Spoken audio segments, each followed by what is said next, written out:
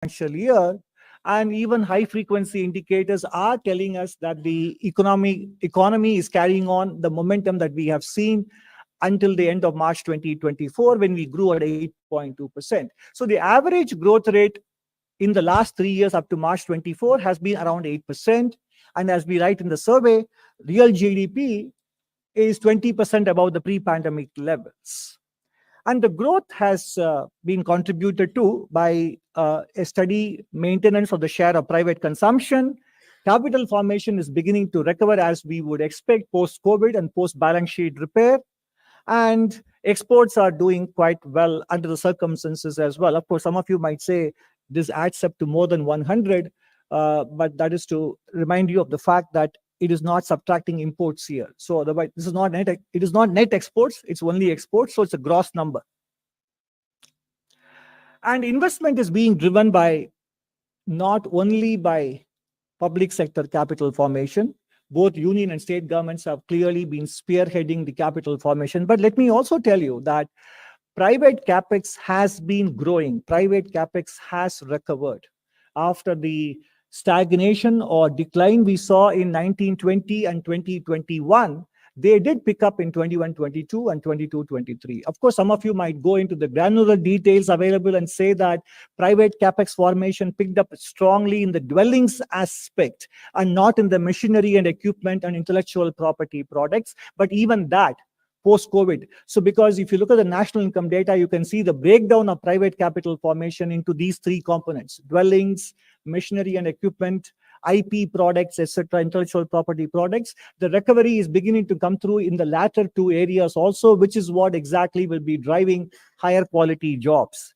And household savings in physical assets has improved, and we have written enough about it.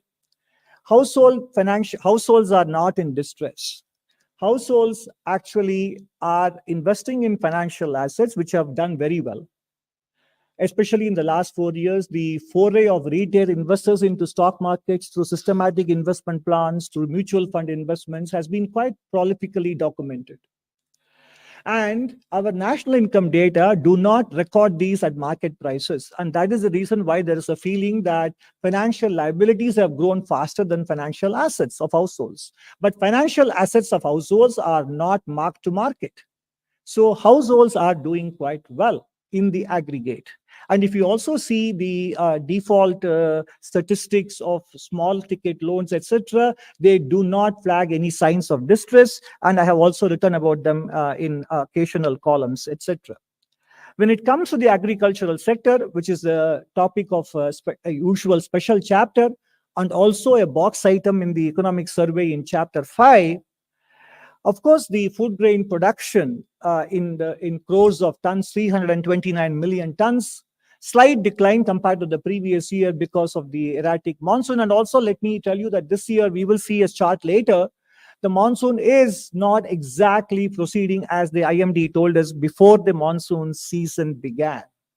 And while MSPs have been ensuring remunerative prices, we also need to encourage crop diversification with our MSP policies going forward. And that is why I would like to draw your attention to the box item in chapter 5 as well.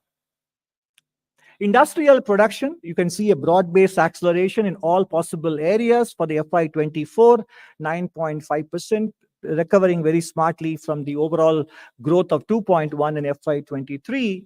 And the PLI schemes so far have garnered 1.28 lakh crores of investment, exports boosted by 4 lakh crores, employment generation of over 8.5 lakhs. So in that sense, the PLI schemes is actually gathering momentum, and the results are evident in several product areas such as electronics, pharma, etc.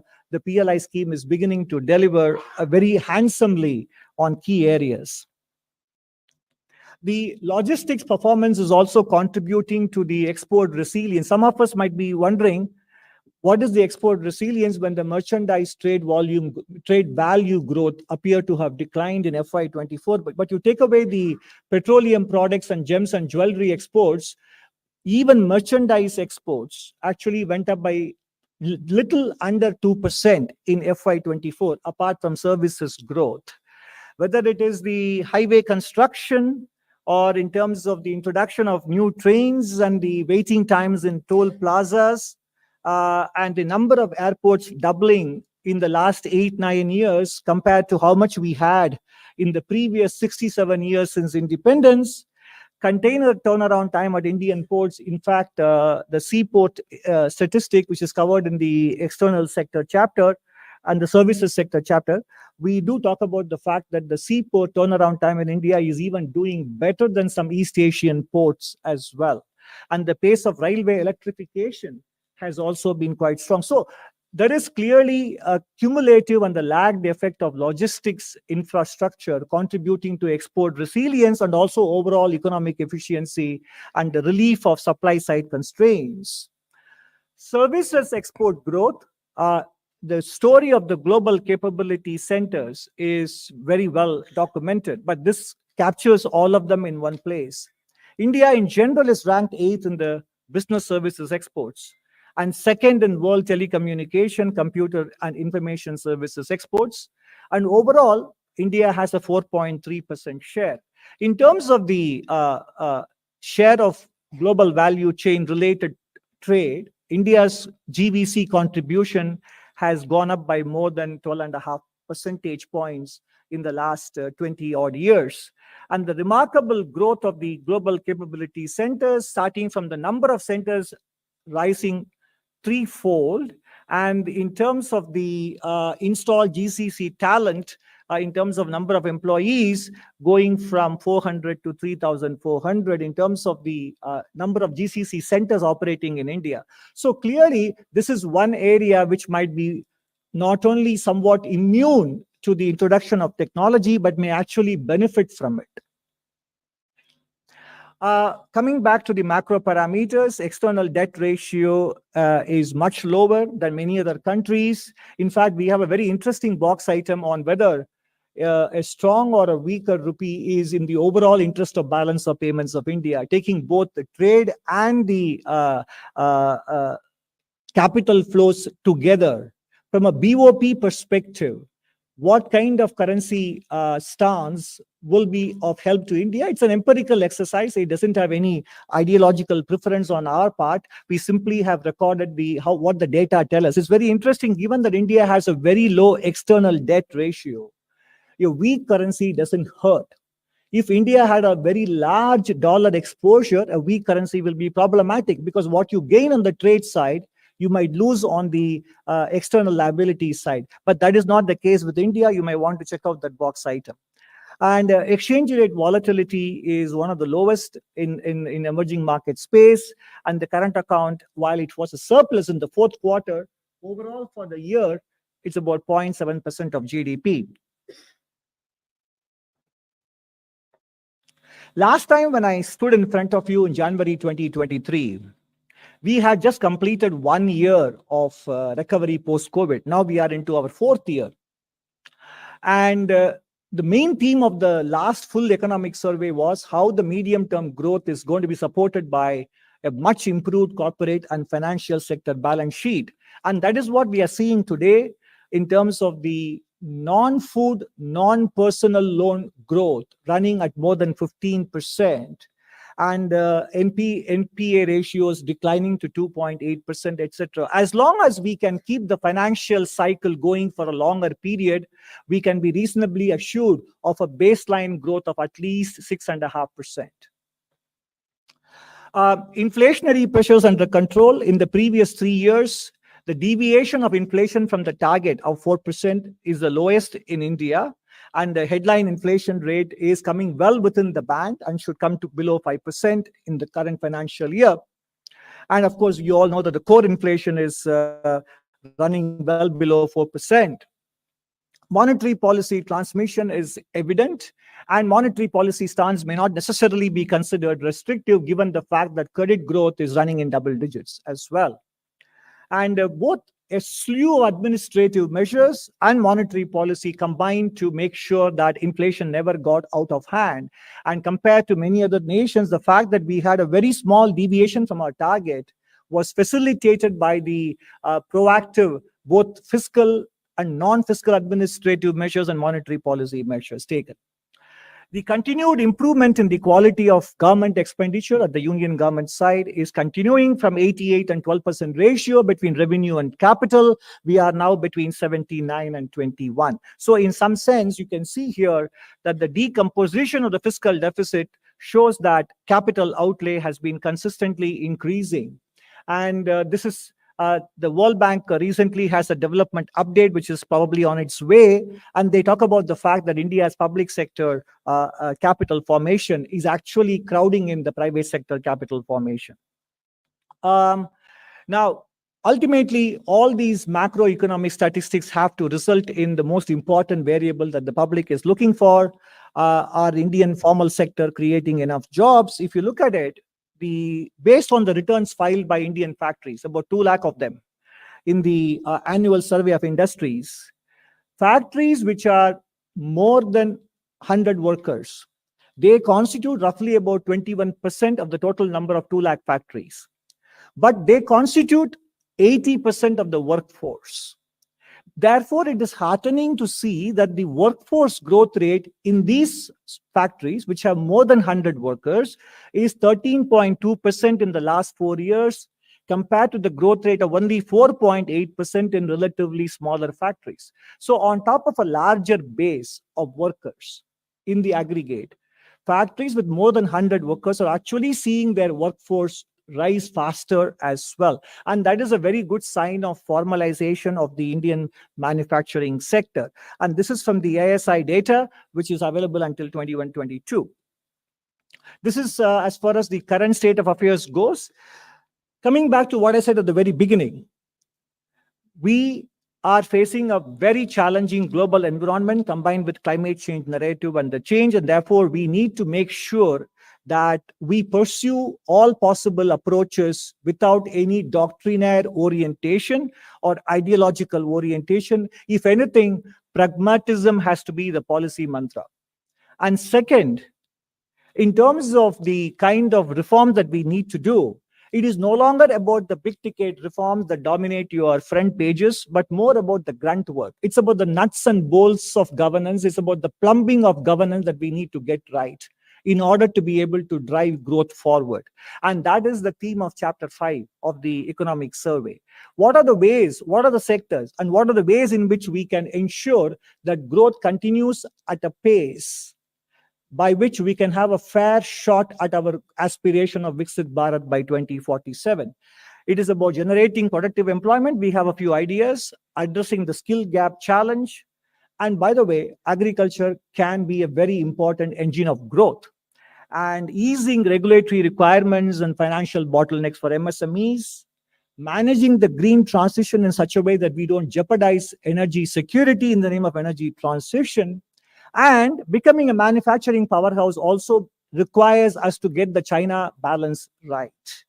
And deepening the corporate bond market means that India has to ride both the capital market and the banking sector, both the horses we need to be able to provide the kind of financing required to sustain an investment rate of 35% in the economy.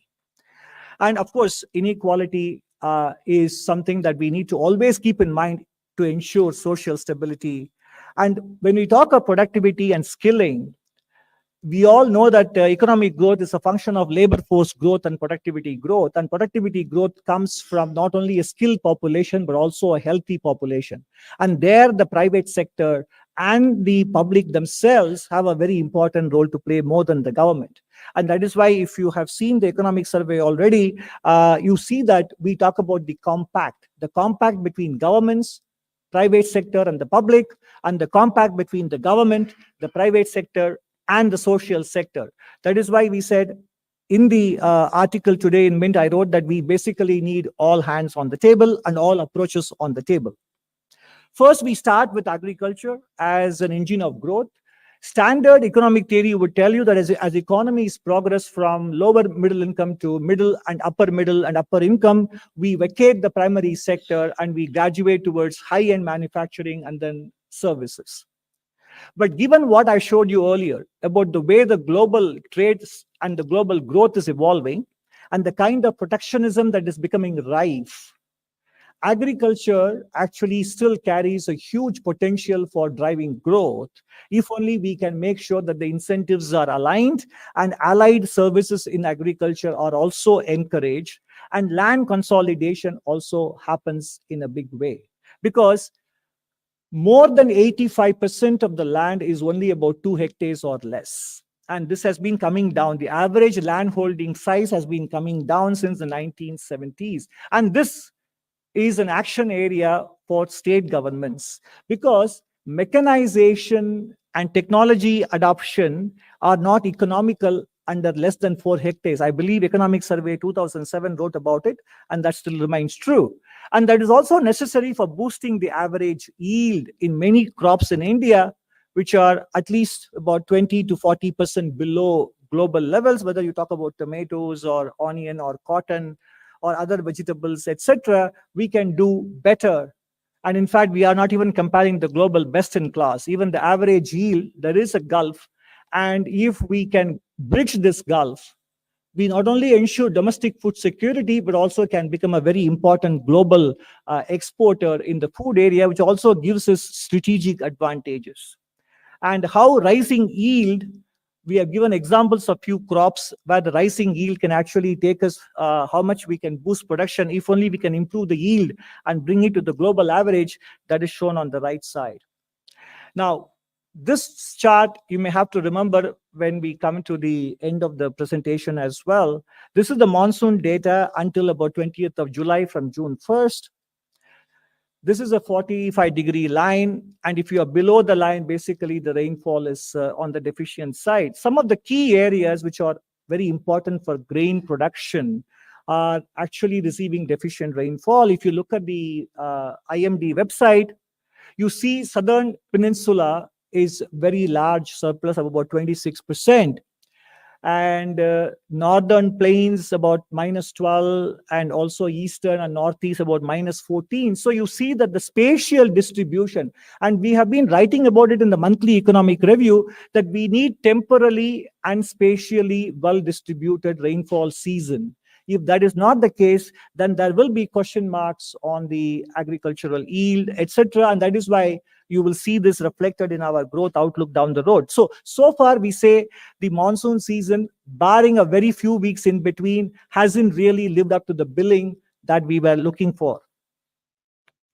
And talking of agricultural diversification, you can see that livestock, forestry and logging, and fishing and aquaculture have recorded a much higher growth than the traditional crops. So ultimately, like farmers, like everybody else, respond to price signals and other incentives. So if we can make sure that through a combination of policies, that we can actually incentivize them taking up other areas of allied agricultural activities, moving away from grains, we will make our farming both remunerative, climate friendly, and also water friendly.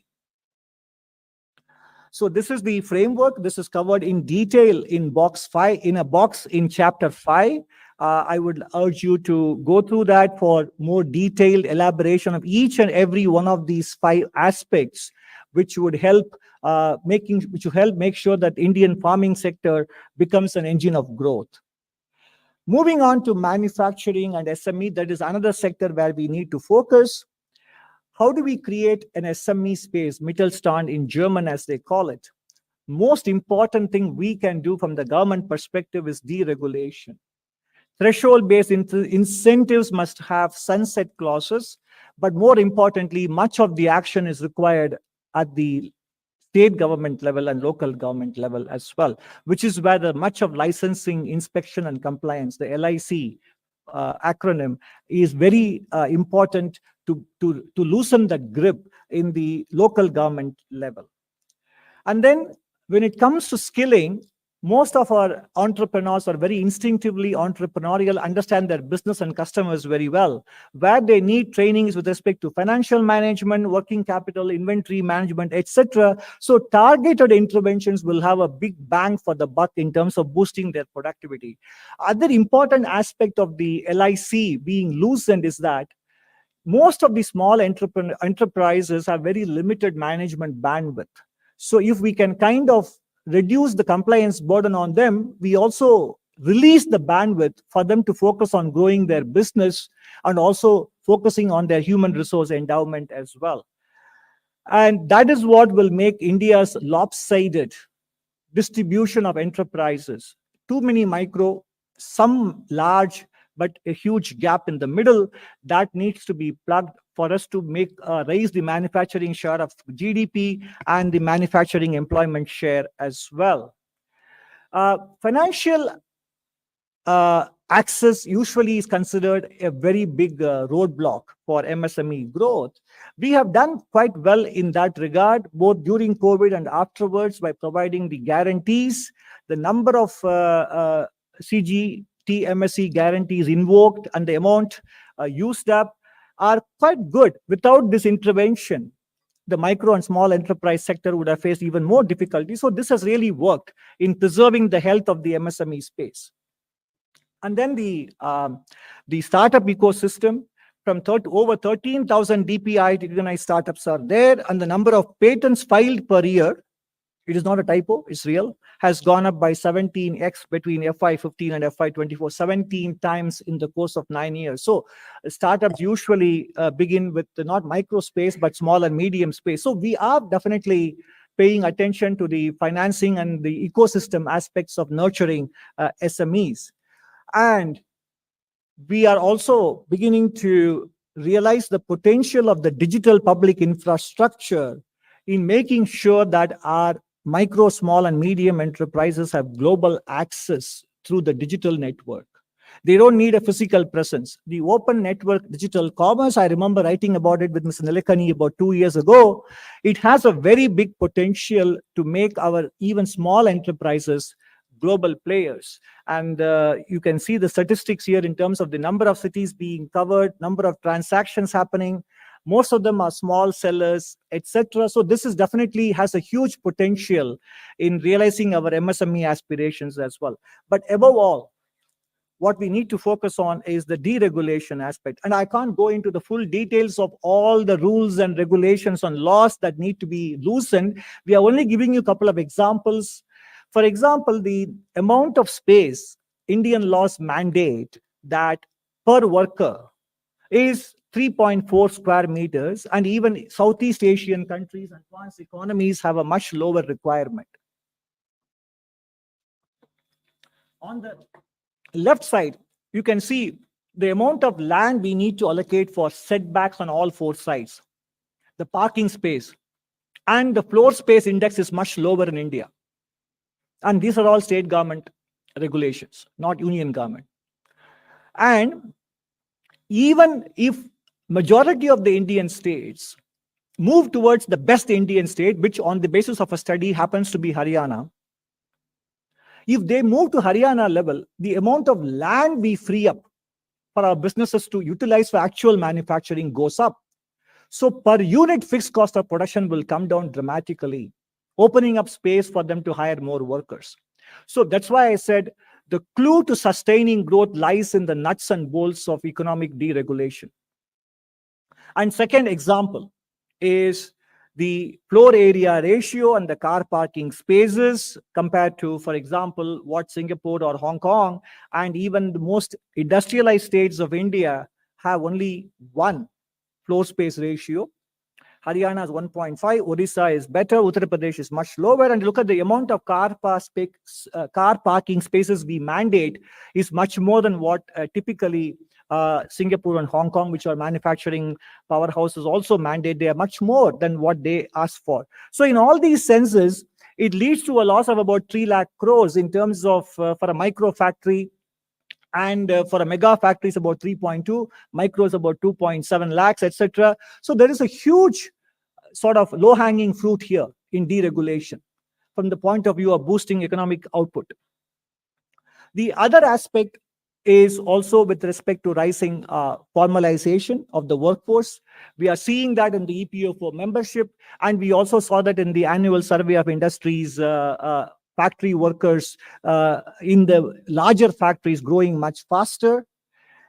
And what is heartening to see is that some of the staffing companies have recorded an average growth rate of 13.2% in the last 10 years, because these workers come with full benefits. ESIC, EPFO, gratuity, work contract, payment of salary through banks. All these things are prevalent in the case of workers hired through the staffing companies as well. And one of the highlights of our chapter on labor and employment, chapter 8, we have done an estimation of what is the amount of jobs we need to create. And you might wonder why we stop at 2036 and not go up to 2047. If you look at the population estimates given by Ministry of Health in July 2020 in a publication which is open access, they project India's population until 2036. So based on those projections, we estimate that India basically needs to create roughly around 8 million jobs or 80 lakh jobs per annum. The calculations and the assumptions are given in the survey as well. In fact, we are making available the spreadsheet as well for replication. And what is heartening with respect to the skilling requirements is that earlier we used to worry a lot about enrollment in higher education. That is no longer the concern in India. The aspirations have shifted. It's about learning outcomes. In rural India in 2000, only 2.4% took to higher education. Now that number is 10.8 in 2022. Only 17.9% took to higher secondary education. Now it is 42.9%. So enrollments have picked up tremendously. On the right side, what you see is that tertiary education was 6.7%. Now it is 28.4%. And what you don't see here, but in the survey, you will see the ratio of women to men in tertiary education used to be 77 to 100. Now it is 96 to 100. So there is no more of a gap between women and men enrolling in higher education, the fruits of which will be evident to us in the coming years. And I talked about two examples of deregulation. This is the third example. Number of activities restricted for women in different states is totaling 139. We just took a sample of about 10 states. This is based on some very good work done by an independent agency. So when we talk of boosting female labor force participation rate, boosting production, etc., again, this is in the realm of state government. Some of these restrictions are preventing women from participating more in the labor market. Skilling, what used to be 33.3%, the proportion of people who take the employability test and pass was only 1/3. Now it is more than 1/2. But still, we can say that the journey has been impressive, but the task ahead still is quite large, with little under half still not considered employable based on this national test being administered. But the progress is important to make note of. The other aspect that which I have written about in the preface and also is importantly covered in the chapter on employment and labor.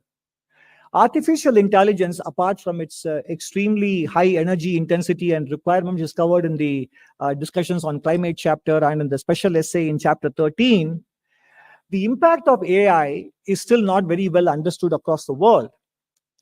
While the GCC kind of jobs may not be very easily affected in the near term, some of the business process outsourcing jobs may be affected, which AI can very easily done. Medical transcript reading, image creation, animation, etc., can be easily taken over. So India may have a slight short-term negative impact followed by a medium-term positive impact. Therefore, it is necessary for the Indian corporate sector, both information technology and non-IT sector, to find the right balance between deployment of technology and deployment of labor. Because without labor income, without labor employment, there is no demand growth, which means it comes back to hurt the corporate's top line and bottom line as well. So they need to see this as a win-win. How to make sure that the deployment of technology does not hurt the labor share of income and the capital share of income is a very important medium-term challenge from the corporate's own self-interest perspective.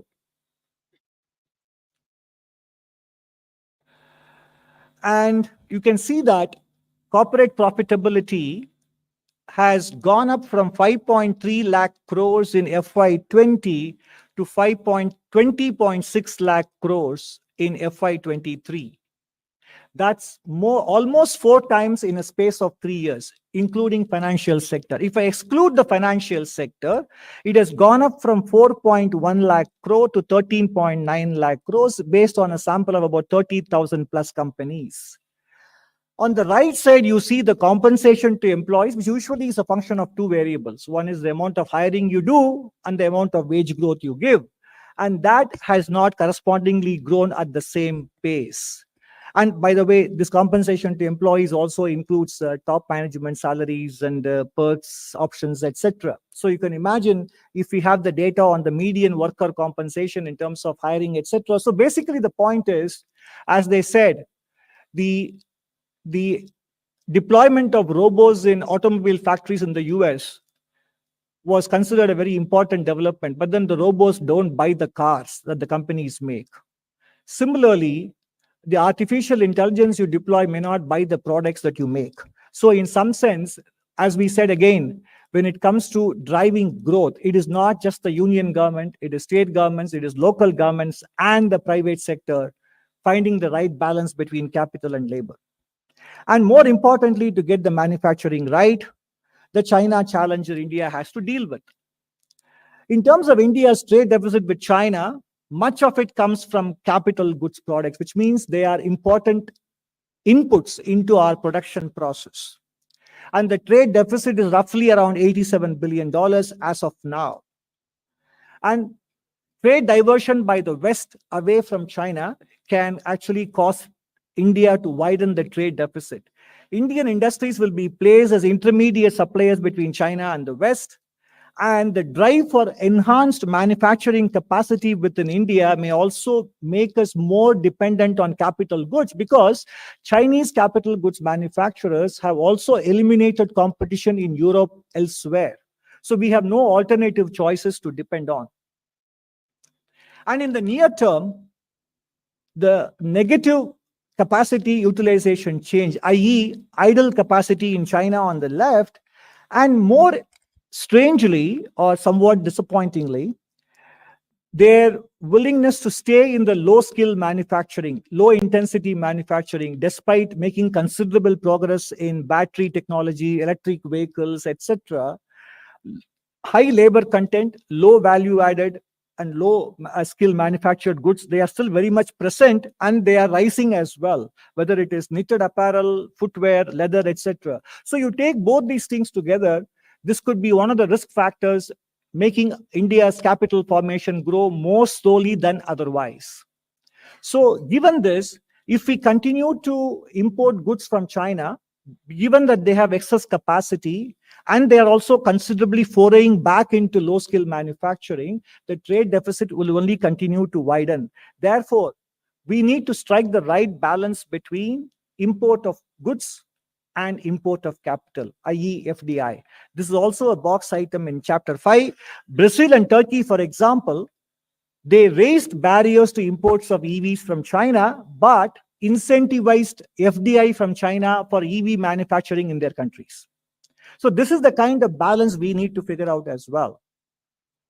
Coming to climate change, which is the topic of Chapter 6 and the special essay, Chapter 13, look, nobody is in denial, especially those of us living in Delhi can very well understand that climate change is a reality, global warming is a reality, and it is mostly anthropogenic. There is no question about that since 1980s. But the question is, life is only about trade-offs, whether it is personal decision-making or economic decision-making, it's about trade-offs. We have to recognize that if we go too fast into renewable energy, we become overly dependent on single country for the resources. Technological challenge is still there. There is not enough storage in the world for renewable energy, and you need backup from fossil fuel energy in the night when there is no sun and when the wind doesn't blow. And India is a relatively scarce in usable land, which is required for multiple purposes. And there are fiscal implications in terms of tax revenue foregone and freed revenue foregone from fossil fuel transportation or fossil fuel sale. And what about labor displacement, which is currently employed in the traditional energy sector? And what happens to stranded assets impairing bank balance sheets? And given that we are investing a lot in public mobility as well, we need to strike the right balance between e-mobility, which is personal in nature, and public transportation like metro, rail, etc. So these are the multiple considerations we need to factor in when we pursue our energy transition. And first point I mentioned about resources constraint. The red color is very ubiquitous in this slide, and you can see that the dependence on China for cobalt, lithium, graphite, given their processing capabilities, geographical concentration of refined products, and as well as dominating in the downstream and mainstream EV supply chain. This is a reality. And there's an article in The Economist in May which talks about some solar wafer making equipment being exported to India, being delayed, etc. So between modules, cells, and wafers and polysilicon, we have made some headway in solar module manufacturing, somewhat less so in solar cell manufacturing, but wafer, we are in the early stage. But the wafer making equipments have to come from China. So in that sense, we need to understand all these dimensions as we manage our energy transition as well. And look at the amount of revenue we generate from coal-free transport for the railways, and the amount of tax revenues we collect between center and states by selling petrol and diesel. It's about 7.5 lakh crores every year. So the speed with which we abandon ICE engine-driven vehicles will also impact sale of petrol and diesel, and therefore tax revenue. And on top of it, we subsidize renewable energy. Moving on, in terms of land availability, also, apart from when we talk of energy transition, we always focus on new supplies, alternative supplies, wind energy, solar energy, nuclear, etc. But the source of energy demand has to be addressed. And surprisingly, in the West, food feed balance is a very important source of energy demand. And therefore, the amount of land that gets freed up in terms of and India actually is a good example in making sure, as we'll see in the next slide, India actually has a much better balance in terms of food versus feed, in devoting the amount of land we need for feeding the population and feeding animals. So the land that is freed up in having a better diet mix will go towards making land available for renewable energy. You see the chart here. India has a very low share of cereals allocated to animal feed.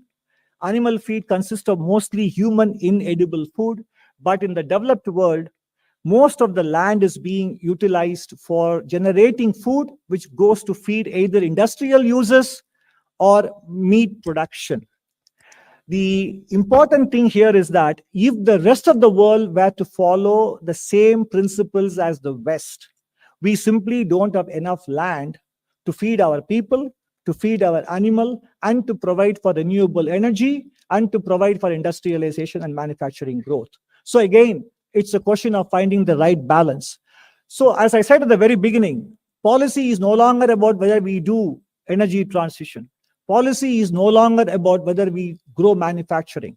Policy is no longer about whether we do skilling or employ more women in the workforce. All these things need to be done. But how is the key issue. That is why, as I said, the mantra for reforms is all about grunt work. And that requires a tripartite compact between industry, government, and academia. When I say government, it means governments rather than government in singular, union, state, and local. And as far as the private sector is concerned, on the left, abandoning short-termism, focusing on job creation, investment in R&D, because Indian private sector has a very low R&D investment, and carefully deploying capital and energy intensive technologies. AI actually is highly energy intensive. And many of the major IT companies in the world are pushing back their net zero commitments because of their AI data center deployment. And also, the private sector has a responsibility to shape the design of higher education. And also, more importantly, when I spoke about the health of the Indian youth, some of the kind of food products that the Indian private sector markets to our youth have a detrimental impact on long-term productivity of our youth as well. So in that sense, these are the areas in which the private sector has to think about its role in Viksit Bharat. On the right side, we have the role of governments, unshackle the private sector, and academia. Because if you look at the new education policy, several elements of it are non-controversial and can easily be implemented, especially exposing higher education to market competition. Introduction of key reforms, which I mentioned, where you can find them in the economic survey, and more importantly, displaying an awareness that the global environment is more challenging than what our contemporaries found when they were growing, and encouraging more cooperation, communication, and fostering trust between the government and the private sector. Now, we may have written 476 pages, but you will focus on only one paragraph in chapter 1, State of the Economy. That's the reality, which is the chapter 1 and the last para on what is the growth outlook and why, when everybody is saying 7, 7.2, etc., why is this guy saying 6.5 to 7? We are not pessimistic. We are actually very optimistic about growth, but we are also mindful of the challenges which I listed to you, about the way the monsoon has progressed, about how, since we wrote the interim economic survey, so to speak, in January, where we were more confident about 7%, since then the global environment has become even more polarized. And financial market valuations are much more elevated. So given that we feel 7% is doable, but yet we want to be not necessarily cautious, but somewhat prudent in projecting, we would rather be very pleasantly surprised than being forced to face disappointments. And that is why we are projecting a growth rate of between 6.5 and 7. And last year, when I stood in front of you in January 23, at that time also, I was cautious in my growth projection. In fact, I said the downside risks would dominate the upside for FY24, but I was very happy to be proven wrong. Because one thing you can be very certain of is that almost all GDP forecast, growth forecasts eventually turn out to be wrong. And that is the reality, whether it is the international institutions or individuals or economics division in DEA in Government of India. But we have to give an estimate to give a sense of direction. And we feel that while 7% is eminently doable, there are some risk factors given the way the monsoon has shaped up, and financial market risks are rising in the developed world with the spillover effects on India and also the global geopolitical environment. And these are the risk factors I just now mentioned to you. But one thing we are very clear about, I don't know how many of you have heard of the Stockdale paradox. If you haven't, I encourage you to pick up a copy of Jim Collins's Good to Great and read about the James Stockdale paradox, the American military officer who was captured by the Vietnamese rebels, but who managed to survive his detention in Vietnamese prison and came out alive compared to many of his contemporaries. So that is the Stockdale paradox. And the paradox is that we are upbeat about India's prospects, but we are also aware of the challenges and the external environment and the headwinds that we find ourselves in. If you look at what we have come through, we have come through with a 35 times increase in nominal GDP in rupee terms, from about 6,000 rupees to 2.12 lakhs in the last 30 plus years. In dollar terms, despite rupee depreciating by about 3% every year, we have come from $348 to $2,500. So we have come through different global environments, different domestic environments, different political arrangements, etc. And still the long-term trajectory is very clear. So we can get where we want to get, and we will get there far better if we are aware of the kind of challenges we face. And that is the core message of the economic survey as well. And let's also be very clear that India is extremely unique. And this word unique is cliched, very widely used, but it very well fits India. No country of this size in terms of geographical spread, population size, has managed to attempt the kind of transition or transformation within the democratic framework with 28 states, multiple languages, and a hugely ancient civilization, etc. And the country internally has many different countries within it. So we are attempting a transformation to become a developed nation, given this kind of context we have and given the kind of global headwinds that we face. And therefore, we remain very upbeat, but We also are aware that we need to basically do the detailed grunt work that will take us from here to there. Because what brought us from $348 to $2,500 in the last 30 years, when the world was very different, will not be the one that will take us from $2,500 to $10,000. And that awareness is what we try to convey in the economic survey. Thank you very much. Thank you very much, sir. Now it's time for question and answers. I will request you to introduce yourself with organization before asking the question. Number 11, please. Good afternoon, sir. I'm Ruchi Bhatia from Bloomberg News. You did tell us that the economic survey is more conservative on growth, but in the economic survey fine print, you have said that the private sector investment is still very cautious. What are the key reasons for it? That's number one. And secondly, while you've put out an estimate for 8 million jobs that will be needed in the non-farm sector, if private sector investment continues to be weak, how do you expect these jobs to be created in the economy? I did not say the private sector investment is weak. On the contrary, my slide showed that private sector capital formation has picked up in the last 3 years. In fact, I specifically mentioned that investment in machinery and equipment and intellectual property products have recovered more in the last 2 years, or in line with the growth in public sector capital formation. I said that private sector may, it's a risk factor. It is not a baseline scenario. It is a risk factor that if seeing the excess capacity in China and seeing the way the global environment is evolving, if the private sector were to turn cautious, and by the way, when it turns cautious, it doesn't mean that there is an absolute decline in capital formation, but the growth rate may slow. In fact, one of the slides we showed, the private sector capital formation on the basis of the data available from a small sample of 3,000 plus companies grew by 20% in FY24, 19.8%. Now, in FY25, it grows by 12% or 15%, let's say, for example. You might say that the growth rate has slowed down. We are not saying that the private sector capital formation will not expand. What is the question? Million jobs need to be created in the non-farm sector.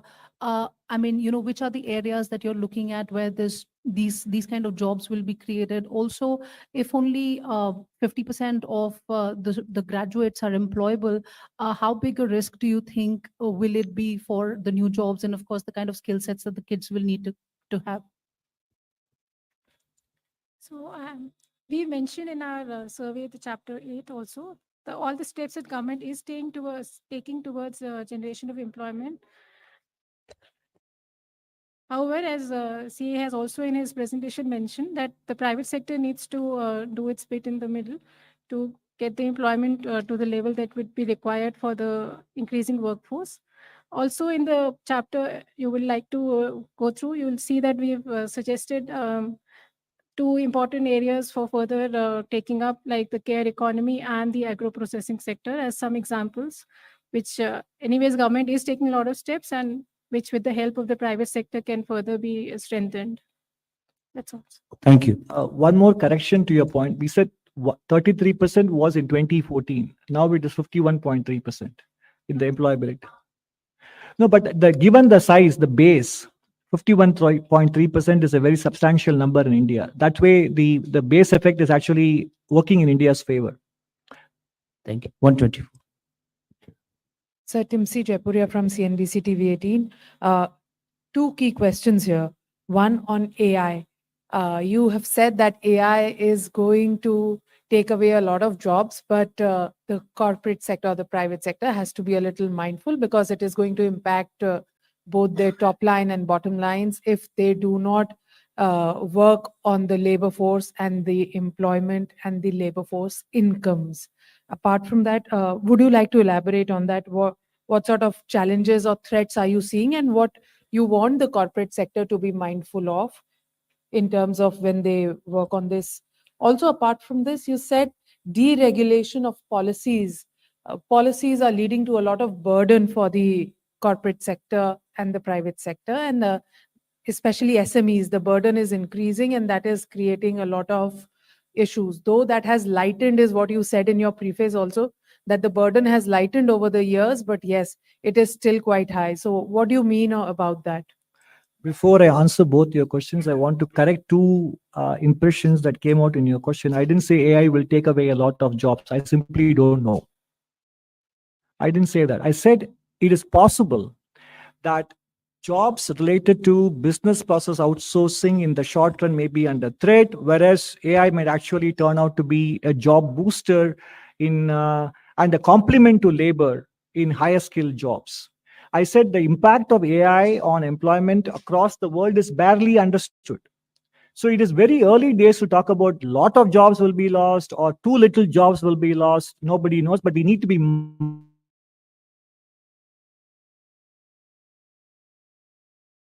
of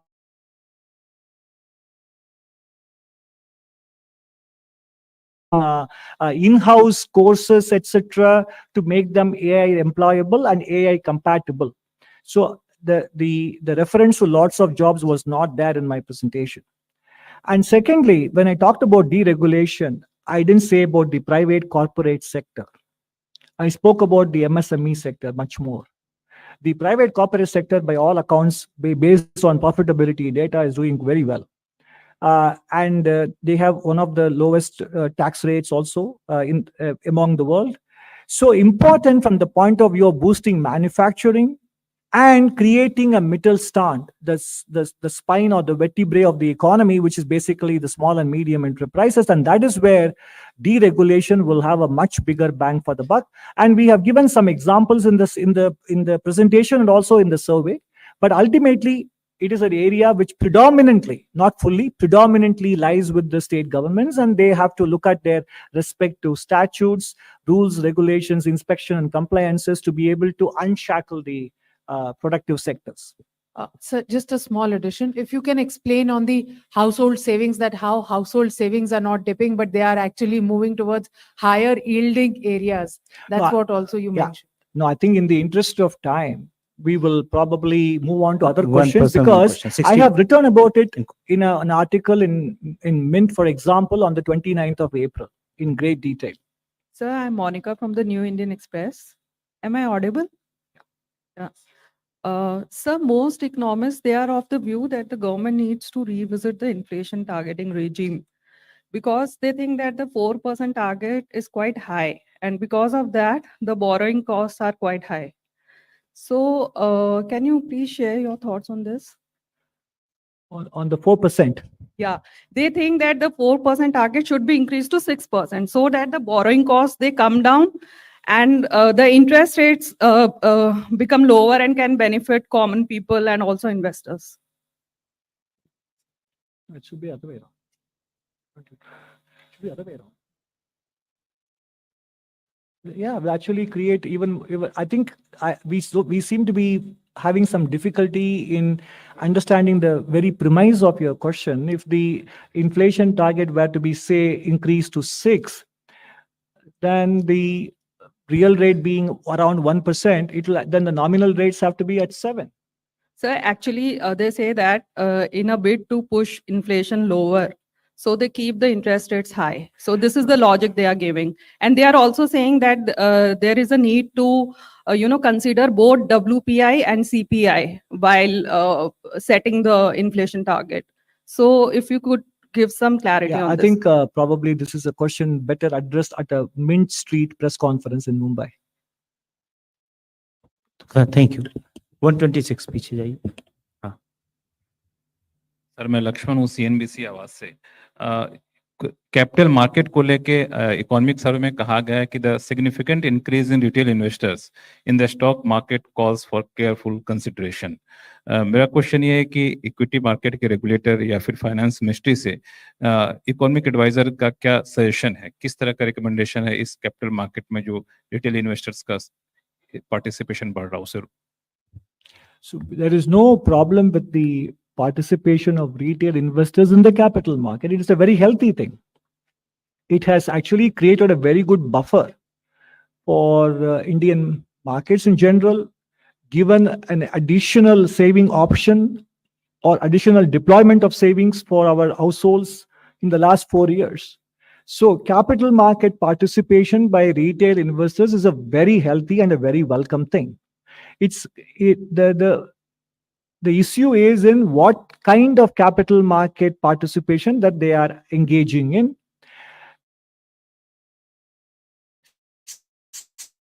Speculative trading in exactly the point that we are driving at, because they are not exactly benefiting either the households or the purpose of capital formation in the overall economy. 71, please. So Meghna Mittal from Money Control. You said that because in view of the current challenges that are there in the global environment space, lot of heavy lifting will have to be done on the domestic front in terms of growth. But do you also think that especially in agri growth and in the rural consumption, that can pose a significant challenge, especially because the monsoon has also not progressed the way the IMD had predicted?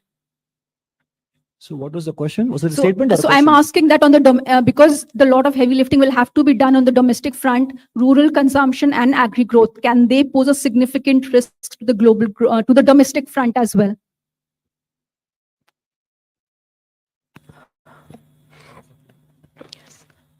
So the chapter on agriculture and food management, which is, I think, chapter 6, talks in detail about the measures that have been taken by the government to basically keep the agriculture sector growing. The public investment has increased over time in agriculture, and and you also see substantial subsidies and policies that are generally pushing the farmers, the agriculturalists, to move towards areas that will generate higher incomes, like the animal husbandry or fisheries and other allied sectors. I think in that sense, the government is cognizant that agriculture sector needs to be and is the mainstay of the economy, with the large proportion of the people employed there.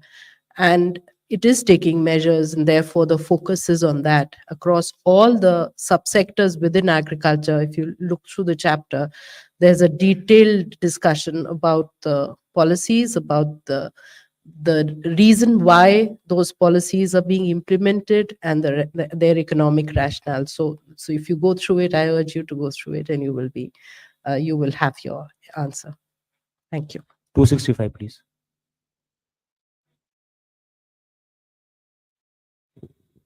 Hi, good afternoon, sir. I'm Triti from Informist Media.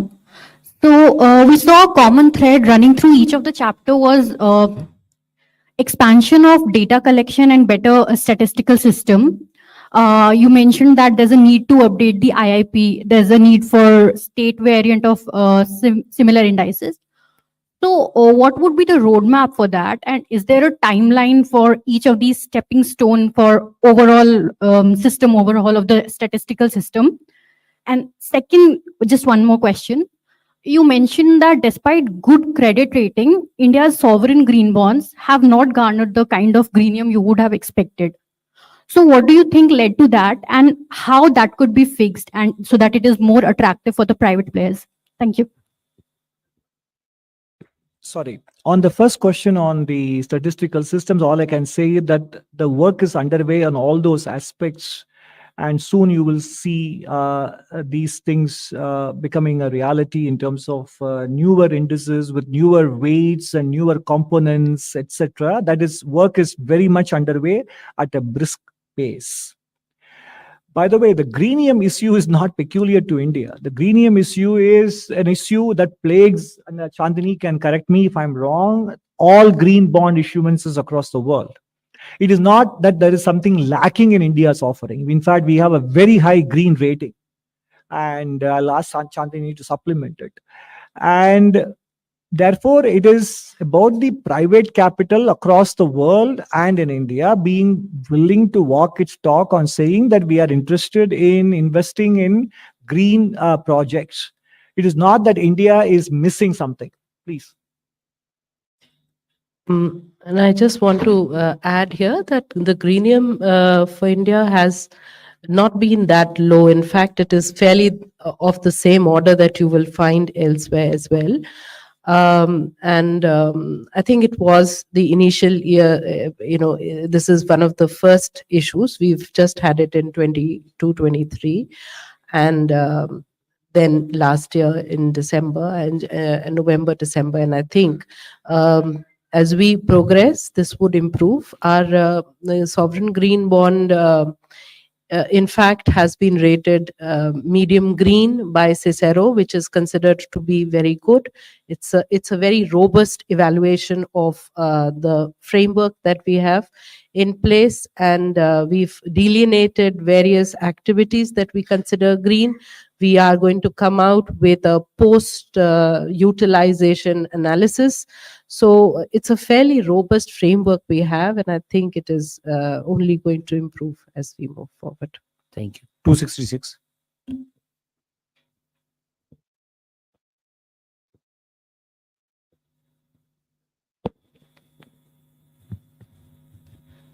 Sir, I am Banikinkar Patnaik from the Economic Times.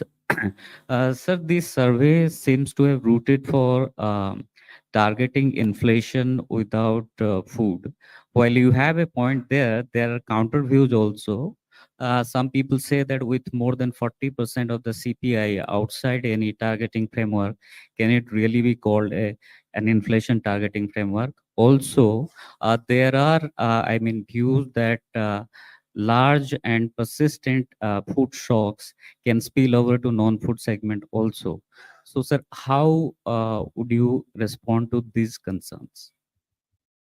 I would say that these are very fair questions. But more importantly, as the box item also explains, ultimately, if you look at monetary policy, it is a short-run macro aggregate demand management tool. It is not a tool to manage aggregate supply shock. And food shocks are predominantly supply shocks. So it is a tool that is not designed to address that. And also, it is in a way, it's a bit unfair to burden a central bank with controlling the inflation when it contains a component that it is not under its control. So if I'm given a target over which I have no control, if I were in the private sector, I would actually be talking to my management and saying that I can't do anything about it. Then it requires somebody else to pitch in, and they may or may not pitch in. And somebody else also has other considerations and stakeholders to consider. So in that sense, what the survey has done is to put this idea on the table. And by the way, several countries, when they were targeting inflation, this debate came up. Should they target headline or core inflation? Ultimately, because food and energy are mostly supply shocks.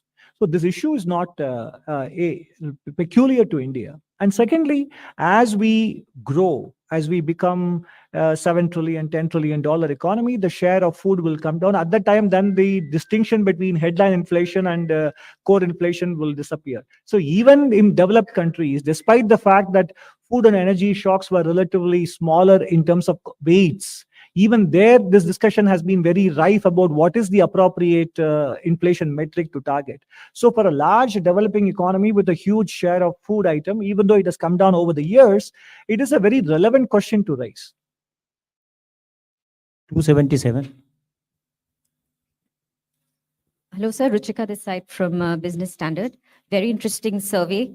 One of the things that the survey talks about is that tax policies will play a critical role to tackle inequality. So does it mean that, are you suggesting we should have higher tax on rich or some sort of a surcharge on super rich?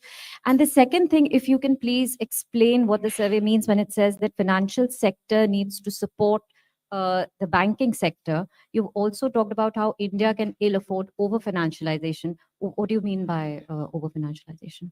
Thank you. So the first point about the tax policy can play an important role in handling inequality. Is that right? Yeah, I mean, this is something that is widely debated. We have a progressive rate of taxes in both direct and indirect taxes, and that is what we mentioned. And ultimately, it also has implications over how we tax income versus how we income from labor and how we tax income from capital, etc. So that is those are the underlying questions behind that statement, underlying angles behind that statement. On over-financialization is exactly what I mentioned in the response to an earlier question, is that when the pace of financialization of the economy or financial innovations in the capital markets is running faster than economic development usually, and the Asian financial crisis is a classic example of that. Usually it runs into trouble. So the introduction of derivative products, single stock futures, single stock, these are all things that for a country of this per capita income size, obviously is a very good financial innovation, but probably a little bit too early from the point of view of what it means for the underlying savings habits and channeling those savings into capital formation. So my response to an earlier question about F&O is exactly the example of the over financialization we talked about. We will take last two questions. 280 पीछे दीजिए. Sir, Tarun from Z Business. Sir, first of all, sir, very innovative, very creative report, sir. So you mentioned about the CSR things, sir. Sir, what you want to say in this report, sir? Because you mentioned the corporate has the more responsibility towards the CSR. Secondly, sir, the food inflation part, sir. Do you think it's a big risk because we have seen in the past about the tomato prices, potato prices, and onion prices?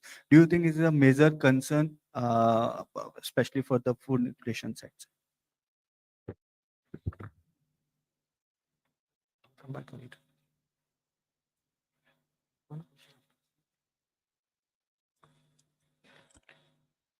On the food inflation, the last year was an year of administrative interventions. Now, food inflation has some structural component in it. We have a shortage, continuing shortage of pulses. And there is some administrative component in it because MSP, we want to give remunerative prices to the farmers. Hence, MSP is fixed at a reasonably high level. So that becomes a kind of a benchmark for retail prices. And that's compensated with subsidized food grains for the poor. More than 80 crores of people are given subsidized food grains. Now, on the food inflation, now there is a transient component, there is a structural component, and there is an administrative component. These all these three components can be addressed in the short run with administrative actions. You might remember when the tomato prices rose highly, and we started, the government started this procuring from the surplus regions and distributed it in the deficit regions, and that kind of cooled the tomato prices. Likewise, when onion prices were showing signs of increasing, the buffer stock norm was raised, then the Bharat Dal, Bharat Atta, Bharat Rice. So these administrative interventions have been quite successful to our understanding and analysis. And so hence the flare-ups may happen, but there won't be prolonged food inflation. 271, please. No, before that, sorry, Last. he had another question on the private sector. So in one of the last few slides where I showed the tripartite compact, on the left side, I had mentioned very clearly some of the things that we expect the private sector to do. So this survey, as I've been mentioning repeatedly in the course of my presentation, is about delineating the fact that we need a lot of detailed ground level granular actions, which I simplified into the word grunt work. There is a lot of grunt work. But the grunt work, usually people immediately turn to the government, say what the government should. I'm saying there is action required on the part of the government at the center, government in the states, local governments, and more importantly, the private sector as well. Because that is where the action is in terms of job creation. Governments are responsible for facilitating them by deregulation, by making it easier. For example, we gave the example of the restrictions on women being employed in several sectors between day and night shifts, etc. Land use restrictions. Those are all the ways in which the governments can help. But the private sector on its part, obviously, investing in R&D, collaborating with academia on skilling and education, and also making sure that it is aware from its own self-interest angle of the medium-term implications of striking the right balance between deployment of capital and deployment of labor. So those action points required of them were very clearly identified and listed in the presentation and in the survey as well. So, Sir Karishma this side from Business Today. Congratulations to you and your team. I'd like to understand of the China Plus One strategy. This survey mentions that it is going to be more effective to have Chinese companies invest in India, and then India in turn exports these products to the market.